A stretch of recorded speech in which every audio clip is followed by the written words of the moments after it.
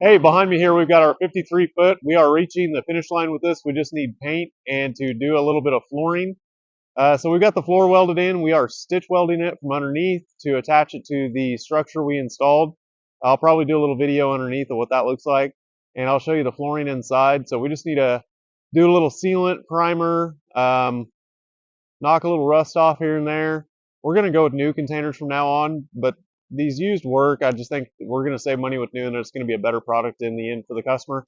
But we've got this blocked up on these concrete blocks so we can weld underneath. So let's go investigate this thing. So we shimmed this corner because it was a little tippy. And so now we can get under here and weld. So you can see all of our stainless floor and the C-channel that we put in. It tied everything back together. And you can see our welds here. We're going to stitch weld all this floor back to the C-channel. And you got any lumps and bumps in it, we put pressure down from the top and get those out. And that stainless steel is kind of malleable and pliable. So we can get that all down. Done a couple of these now. Let me show you the inside. So there's all your stainless floor. It's all waterproof. All the wood is gone. And for those who haven't watched the other videos, the wood has to come out because it's not fire rated. No choice, no other way around it. The wood comes out. We don't have any say in the matter. So there's all your stainless welded in. And we welded all this, all stainless wire.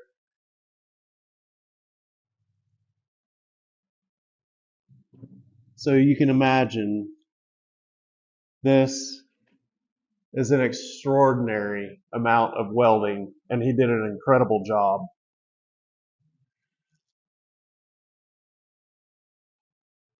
So we will clean this up. We're going to paint the interior and exterior RAL 1015, which is the light ivory, which is your real common one-trip color. And we've got a door here.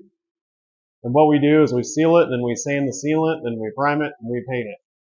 And then you see all the roof braces and all the exit holes in the top. So this is a tremendous amount of work, really cool. I'm excited to do a brand new 53 instead of these used ones. These used ones, like any used containers, are pretty wonky when you start cutting on them.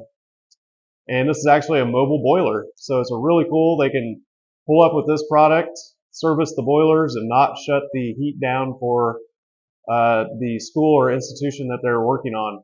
So really cool. If you got questions, drop them. Let me know what you think. Thanks for watching.